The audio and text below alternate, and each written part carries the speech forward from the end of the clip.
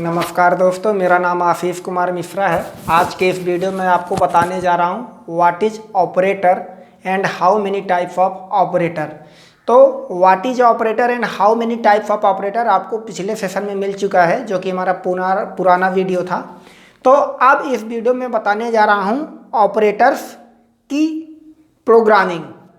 आप arithmetic operator की programming कैसे करोगे, रिलेशनल की, लॉजिकल की, कंडीशनल की, जितने 9 टाइप्स के ऑपरेटर हैं, सारे ऑपरेटर की वर्किंग मैं इस वीडियो में बताने जा रहा हूं। तो मैं स्टार्ट करने जा रहा हूं अरिथमेटिक ऑपरेटर से। तो फर्स्ट हमारा जो टॉपिक था, कौन सा ऑपरेटर था?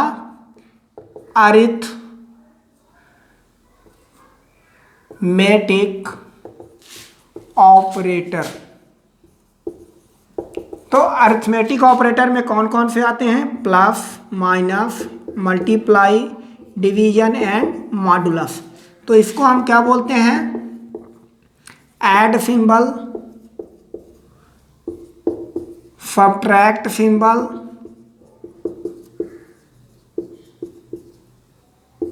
मल्टीप्लिकेशन,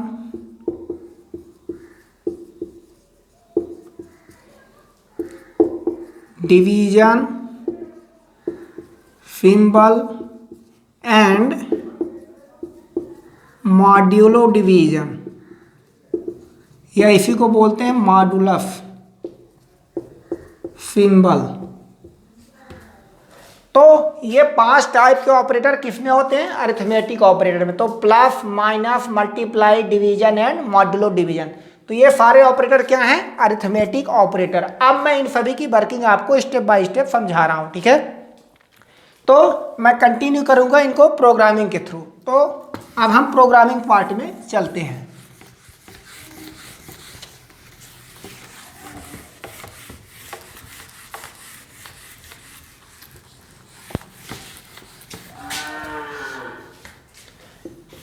तो देन अब हम स्टार्ट करते हैं कोडिंग। व्हाट इज कोडिंग, ठीक है?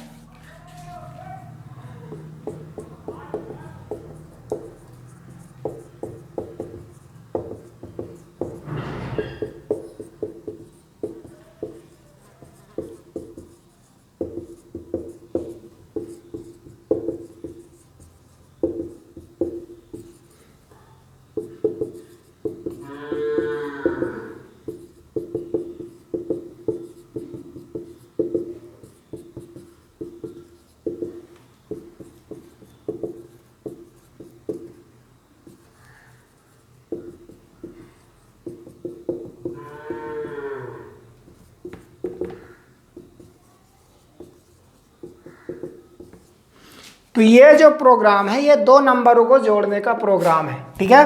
अब जो बिगिनर्स हैं, जिनको कुछ नहीं आता, उनको कन्फ्यूजन होगा व्हाट इज दिस, को नहीं आइडिया है। तो मैं अब step by step, symbol bye symbol आपको समझाता चलूँगा किसका क्या मतलब है और क्यों यूज किया जाता है, ठीक है? तो सबसे पहली चीज़ यहाँ क्या है? हैश। ये आपको क्या दिख रहा है? हैश। तो इसको हम क्या बोलते हैं? हैश साइन या हैश सिंबल। इसको हम नंबर साइन भी बोलते हैं, नंबर साइन। और इसी को हम बोल सकते हैं प्री प्रोसेसर, प्री प्रोसेसर। तो इसको किस किस नाम से बोल सकते हैं? पहले सिंबल को हैश सिंबल आप बोल सकते हो, या hashtag sign, number sign and preprocessor. तीनों में से आप कुछ भी इसको बुला सकते हो। देन नेक्स्ट है हैश के बाद इंक्लूड। जब हैश इंक्लूड को हम साथ में बोलेंगे, हैश इंक्लूड, तो इसको बोलेंगे हैश बस को हम क्या बोल सकते हैं? Preprocessor. Then hash include को क्या बोलेंगे? Preprocessor directive. तो हैश इंक्लूड को हम कंप्लीटली क्या बोलेंगे? Preprocessor directive. और ओनली हैश को क्या बोलेंगे? प्री प्रोसेसर, ठीक है? और हैश सिंबल भी बोल सकते हैं, या तो नंबर साइन। डन। लेकिन जब हम हैश इंक्लूड के साथ बुलाएंगे तो क्या बुलाएंगे? Preprocessor directive. Then stdio.h। तो std सबसे पहले क्या है? std। ये सारे ध्यान में रखना है, लोअर केस में है। तो std का मतलब है standard. Then I means input, O means output, and .h. .h means header file extension. Header file extension. .h means header file extension. जैसे कि आपका .com हो गया कॉमर्शियल वेबसाइट के लिए, .in हो गया इंडिया की वेबसाइट, .edu एजुकेशनल साइट, वैसे ही .h क्या है, हेडर फाइल एक्सटेंशन। ठीक है, तो ये थी पहली लाइन। तो हैश का मतलब क्या है, प्री प्रोसेसर, और हैश इंक्लूड को आप साथ में क्या बोलोगे, preprocessor directive. Then STD I O .h है, तो एसटीडी का मतलब स्टैंडर्ड, आई का मतलब इनपुट, ओ का मतलब आउटपुट, और .h का मतलब हेडर फाइल एक्सटेंशन। तो ये था पहली लाइन के बारे में। देन ये आपको दिख रहा है, इसको बोलते हैं एंगल ब्रैकेट। तो क्या बोलते हैं, एंगल ब्रैकेट। तो एंगल ब्रैकेट के अंदर हम हेडर फाइल लिखते हैं। हम डबल कोट के अंदर भी हेडर फाइल लिख सकते हैं, लेकिन कब लिख सकते हो आगे के लेक्चर में कंटिन्यू करूंगा, अभी आपको इसके बारे में सिंपली बता रहा हूँ। तो ये था हेडर फाइल के बारे में। अब नेक्स्ट लाइन है हैश इंक्लूड कोनियो .h।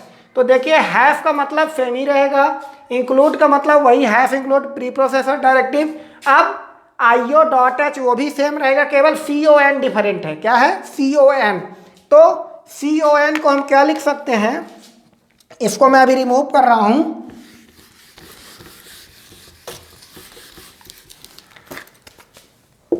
तो CON का मतलब है कंसोल, मीन्स मॉनिटर। कंसोल मतलब अब जब आउटपुट आपको दिखेगा उसको बोलते हैं कंसोल विंडो। तो यहाँ ये जो हेडर फाइल है वो वहाँ वर्क करेगी। ठीक है, तो ये है कंसोल मीन्स मॉनिटर। तो CON का मतलब क्या है, कंसोल मीन्स मॉनिटर। आई का मतलब वही है इनपुट, ओ का मतलब आउटपुट, एंड .h का मतलब header file extension. Header file extension, और ये एंगल ब्रैकेट।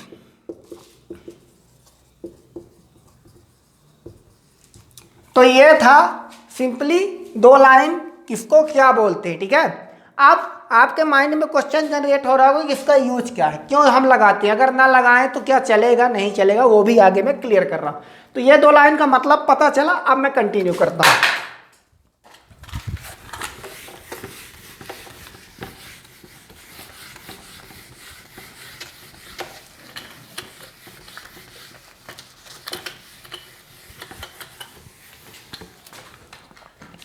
देन अब आपके माइंड में क्वेश्चन ये उठ रहा है कि इनको हम लगाते क्यों, व्हाट इज द यूज।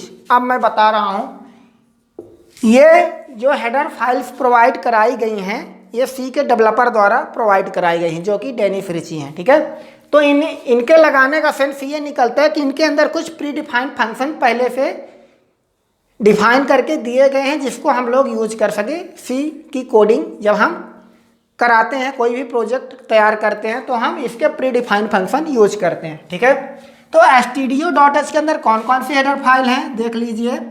जैसे कि सबसे जरूरी फंक्शन होता है कोई भी चीज़ प्रिंट कराना है तो प्रिंट फंक्शन। ठीक है, प्रोग्रामिंग में इस सिंबल को क्या बोलते हैं, फंक्शन। क्या बोलते हैं, फंक्शन।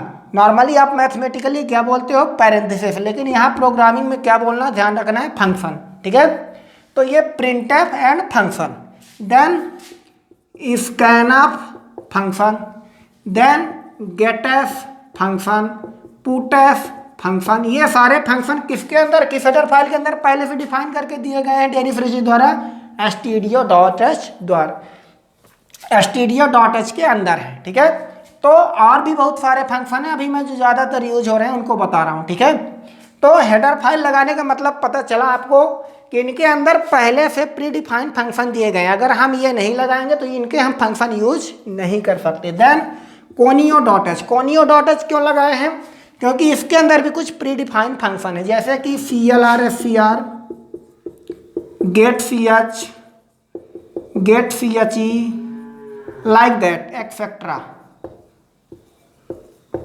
तो CLR SCR का मतलब क्लियर स्क्रीन, CLR का मतलब क्लियर, SCR का मतलब स्क्रीन फंक्शन। ठीक है, गेट ch फंक्शन, ये जब आप रन करते हो प्रोग्राम तो स्क्रीन आपकी होल्ड रहती है जब तक कि आप कोई कीबोर्ड से कोई की प्रेस ना कर दो, तो गेट सी एच का काम है। ठीक है, गेट सी एच ही मतलब ये इको भी दिखाता है। ठीक है, देन और भी बहुत सारे फंक्शन है। तो ये हेडर फाइल लगाने का सेंस आपको पता चला कि अगर हेडर फाइल नहीं लगाएंगे तो हम उसके प्री डिफाइंड फंक्शन को अपने प्रोग्राम में यूज नहीं कर पाएंगे। ठीक है, तो ये था हेडर फाइल लगाने का मतलब। तो ये 2 लाइन आपकी क्लियर है।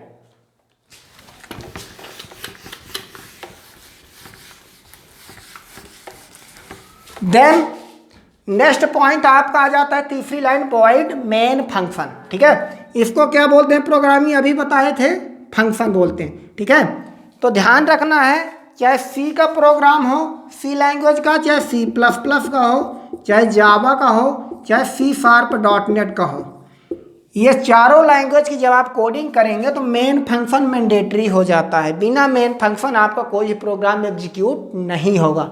क्यों? क्योंकि ये चारों लैंग्वेज का एग्जीक्यूशन कहाँ से स्टार्ट होता है? मेन फंक्शन से। ठीक है, ये मेन है और ये फंक्शन है। डन। तो ध्यान रखना है बिना मेन फंक्शन आपका कोई भी प्रोग्राम, या सी हो या प्लस प्लस हो, जावा हो, सी शार्प डॉट नेट हो, ये 4 लैंग्वेज में मैंडेटरी ही मैंडेटरी है। ठीक है, तो आगे मैं कंटिन्यू कर रहा हूं। अब void, what is void? Void is nothing but empty data type, या इसको आप नल डेटा टाइप भी बोल सकते हो। ठीक है, ये कुछ भी रिटर्न नहीं करवाता। ठीक है, इसलिए हम क्या बोलते हैं? void। ठीक है, void मतलब null, means empty, empty data type, ये कुछ भी रिटर्न फंक्शन को नहीं करता। अगर यहाँ void की जगह हम इंट लगाएंगे तो यहाँ रिटर्न 0 करवाते, मीन्स इंटीजर कुछ ना कुछ रिटर्न करेगा और सीपीयू को इंस्ट्रक्शन देगा योर प्रोसेस सक्सेसफुली टर्मिनेटेड। ठीक है, तो अभी मैं void यूज कर रहा हूँ, आगे मैं इंट के साथ आपको बताऊंगा। ठीक है,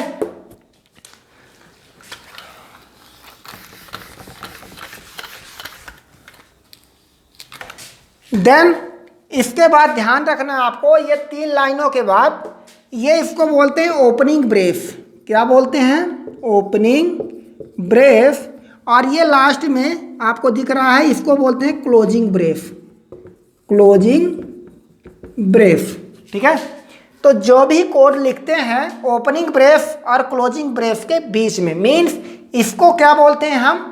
बॉडी ऑफ मेन फंक्शन। ये मेन फंक्शन है और इसकी बॉडी यहाँ स्टार्ट हो रही है और ख़त्म कहाँ हो रही है? यहाँ लास्ट में, जहाँ क्लोजिंग करली ब्रेसेस है वहीं इसकी बॉडी खत्म हो रही है। किसकी बॉडी? मेन फंक्शन की, क्योंकि मेन फंक्शन यहाँ से स्टार्ट हो रहा है और यहाँ से, और ख़त्म कहाँ हो रहा है? यहाँ।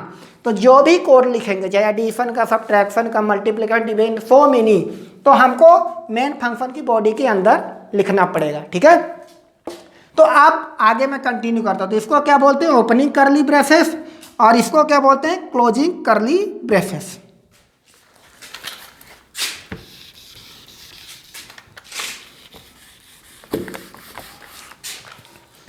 डन।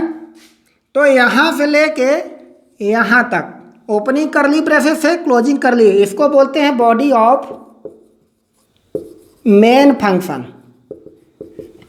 मेन फंक्शन के जस्ट नीचे ओपनिंग ब्रेस है और सबसे लास्ट में जहाँ कोड खत्म हो रहे हैं वहाँ क्लोजिंग ब्रेस। तो इसको यहाँ इसके पार्ट को क्या बोलते हैं? Body of main function. ठीक है, तो जो भी कोड हम लिख रहे हैं बॉडी ऑफ मेन फंक्शन के अंदर लिख रहे हैं। डन।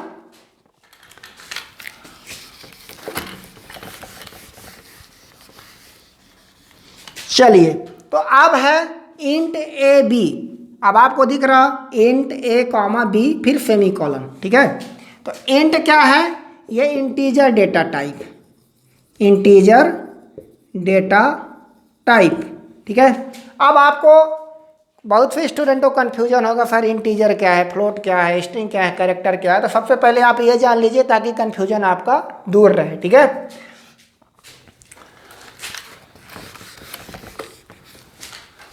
तो देख लीजिए, इंटीजर को हम शॉर्टकट में क्या बोलते हैं? इंट।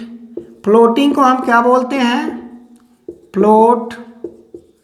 और कैरेक्टर को क्या बोलते हैं शॉर्टकट में? कैर।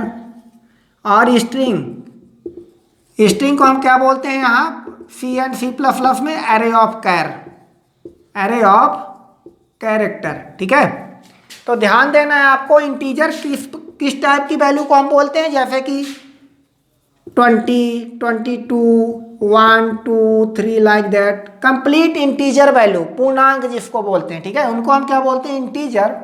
फ्लोटिंग वैल्यू किसको बोलते हैं, जो पॉइंट में होती है, जैसे कि 2.2, 2.3, 33.9 एक्सेट्रा। मतलब जो पॉइंट में वैल्यू होती है उनको हम क्या बोलते हैं, फ्लोटिंग, ठीक है। या जब हम डेटा टाइप लेते हैं तो फ्लोट, ठीक है। कैरेक्टर किसको बोलते हैं, जो सिंगल कोट के अंदर, जैसे कि सिंगल कोट के अंदर ए है, स्मॉल ए है, 1 है, $साइन है, ये सिंगल कोट के अंदर कुछ भी आप लिखोगे वो कैरेक्टर माना जाएगा। क्या माना जाएगा, कैरेक्टर। और स्ट्रिंग किसको बोलते हैं, जैसे कि मैं अपना नाम लिख रहा हूं आशीष, डबल कोट के अंदर, फिर मिश्रा, ये भी डबल कोट के अंदर, जैसे राज एक्सेट्रा। मतलब ये कैरेक्टर है, सिंगल को आप लिखेंगे तो कैरेक्टर, और ये क्या है, कैरेक्टर से ज़्यादा है, एक से ज़्यादा है ना। देखिए कितने कैरेक्टर है इसमें, 1, 2, 3, 4, 5, 6, 7, तो 7 कैरेक्टर है, इसलिए ये इसको आप बोल सकते हैं ग्रुप ऑफ कैरेक्टर। क्या है, ये सारे क्या है, ग्रुप ऑफ कैरेक्टर। और ग्रुप ऑफ कैरेक्टर को ही हम क्या बोलते हैं, स्ट्रिंग, ठीक है। तो एक से ज़्यादा अगर है तो उसको क्या बोलते हैं, स्ट्रिंग। और स्ट्रिंग को हमेशा कहाँ इंक्लोज करते हैं, डबल कोट के अंदर। किसके अंदर इंक्लोज करते हैं, डबल कोट के अंदर। तो ये देखिए आशीष 7 कैरेक्टर हैं, डबल कोट के अंदर है। मिश्रा 6 कैरेक्टर हैं, डबल कोट के अंदर। राज 3 कैरेक्टर हैं, डबल कोट के अंदर। तो एक से ज़्यादा अगर है तो वो स्ट्रिंग कहलाएगा। क्या कहलाएगा, स्ट्रिंग। तो उनको हमेशा हम डबल कोट के अंदर इंक्लोज करके रखते हैं। और कैरेक्टर केवल एक ही होता है, एक सिंबल होता है, उसको हम सिंगल कोट में रखते हैं, ठीक है। तो ये था इंटीजर, फ्लोटिंग, कैरेक्टर, स्ट्रिंग। तो इंटीजर को शॉर्टकट में क्या दे रहे हैं, इंट। देखिए इंटीजर वैल्यू है 10, 5, ठीक है। आगे हम समझाते हैं।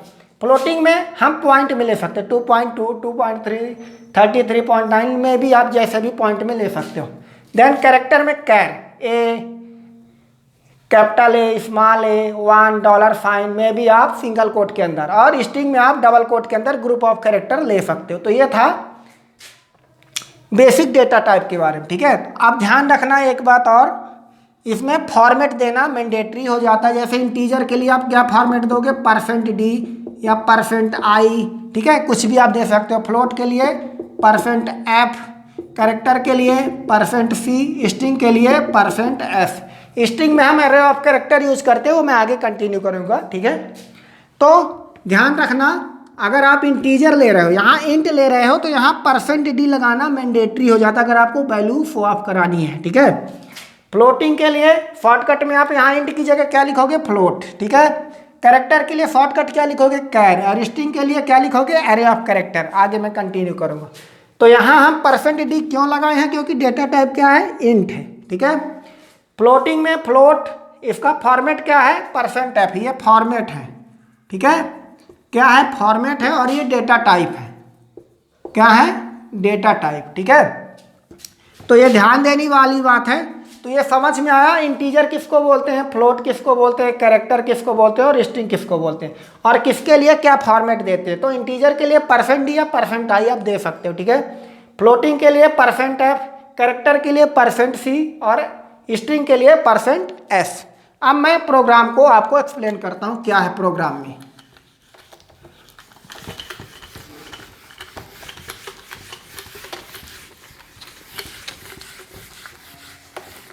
देन आप देखिए यहाँ इंट है, मतलब हम इंटीजर वैल्यू ले सकते हैं, a, b। तो a और b क्या है, ये वेरिएबल्स हैं। क्या है, वेरिएबल्स। वेरिएबल का नाम आप कुछ भी ले सकते हो, x, y, z, like that, कुछ भी। तो हम यहाँ a और b ले रहे हैं, क्यों, क्योंकि हमको 2 नंबरों को जोड़ना है। तो 3 ले रहे हैं, c, क्योंकि 1 में ऐड करा रहे हैं। हम चाहे तो 2 में भी काम करा सकते हैं, अभी मैं आपको 3 में बता रहा हूँ। तो a, फिर कॉमा, फिर b, फिर कॉमा, फिर c, और ये क्या है, सेमी कॉलन है। इसको क्या बोलते हैं, बिंदी और कॉमा को सेमी कॉलन। सेमी कॉलन ध्यान रखना है आपको कि हर लाइन के लास्ट में, मेन फंक्शन की बॉडी के नीचे से जितनी लाइन आपको मिलेंगी सबके लास्ट में क्या आप लगाते हो, सेमी कॉलन। इसका काम क्या है, लाइन को टर्मिनेट करता है। क्या करता है, लाइन को टर्मिनेट करता है और कर्सर को न्यू लाइन में पहुंचा देता है, ठीक है। यहाँ भी देखिए 3 वेरिएबल लिए थे a, b, c। तो a की वैल्यू क्या दी है, 10, बी की वैल्यू क्या दी है 5। सब हर लाइन के लास्ट में सेमी कॉलन, ये बिंदी और कॉमा, बिंदी कॉमा, बिंदी कॉमा, बिंदी कॉमा, बिंदी कॉमा, ठीक है, ध्यान देने वाली बात है। और क्लोजिंग ब्रेस के बाद जरूर सेमी कॉलन नहीं रहेगा, जितनी लाइन्स होंगी उनमें रहेगा। तो अब ए बी सी यहाँ स्मॉल लेटर में लिए है ना, तो ध्यान रखना है ए बी सी अगर आप नीचे कहीं भी यूज करोगे तो स्मॉल लेटर में यूज करो। क्यों? क्योंकि ये केस सेंसिटिव प्रोग्रामिंग लैंग्वेज है। अगर आप यहाँ स्मॉल ए ले रहे हैं तो हर जगह आप स्मॉल ए ही यूज करोगे, अगर कैपिटल ए यूज किए तो एरर आएगी।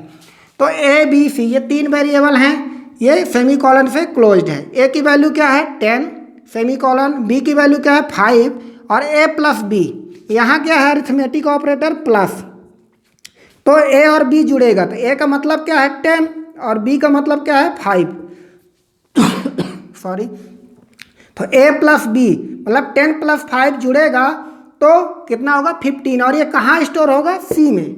ए प्लस बी की वैल्यू कहाँ साइन हो जाएगी सी में। फिर हम प्रिंटअप फंक्शन यूज क्यों कर रहे हैं? क्योंकि आउटपुट देखना है तो प्रिंटअप फंक्शन लगाना मैंडेटरी हो जाएगा।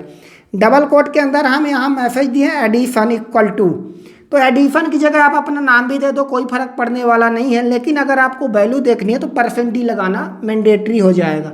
%d हम क्यों लगाते हैं? क्योंकि ये इंटीजर है। अगर यहाँ फ्लोट होता तो यहाँ %f होता, अगर कैरेक्टर होता तो %c होता, अगर स्ट्रिंग होता तो %f होता, ठीक है। फिर ये डबल कोट ओपन हुआ, यहाँ डबल कोट हम क्लोज भी कर दिए। फिर उसके बाद कॉमा लगाएंगे सेपरेटर, देन दोनों की वैल्यू ए और बी की वैल्यू कहाँ जा रही है सी में, तो यहाँ सी को लिख दिए। अगर दोनों की वैल्यू मैं डी लेता वेरिएबल डी में जाती तो यहाँ डी लिखते, डन। फिर सेमी कॉलन, उसके बाद गेट सी एच। अब गेट सी एच का यूज क्या है? जब आपका प्रोग्राम रन होगा, हम रन करके भी दिखाएंगे आगे के प्रोग्रामों में, तो वो आउटपुट को होल्ड करके रखता है जब तक कि आप कीबोर्ड से कोई की प्रेस ना कर दो, ठीक है। तो ये गेट सी एच, तो गेट सी एच क्या करेगा? आउटपुट को होल्ड करके रखेगा। उसके बाद जैसे आप कोई की यहाँ प्रेस कर दे तो लाइक दैट कीबोर्ड से आप कुछ भी दबा दो तो आप डायरेक्ट अपने प्रोग्राम में वापस आ जाओगे। फिर उसके बाद ये क्लोजिंग ब्रेस, तो यहाँ से प्रोग्राम आपका टोटली क्लोज हो जाता। तो ये था सिंपल 2 नंबरों को जोड़ने का प्रोग्राम अरिथमेटिक ऑपरेटर में, ठीक है। अब मैं आगे कंटिन्यू करूँगा, ये तो बेसिक इन्फॉर्मेशन थी 2 नंबरों को जोड़ने का प्रोग्राम। अब मैं टोटली जितने अरिथमेटिक ऑपरेटर होते हैं सबके प्रोग्राम एक साथ में आगे के लेक्चर में कंटिन्यू करूँगा। तो आज के लिए इतना ही। Have a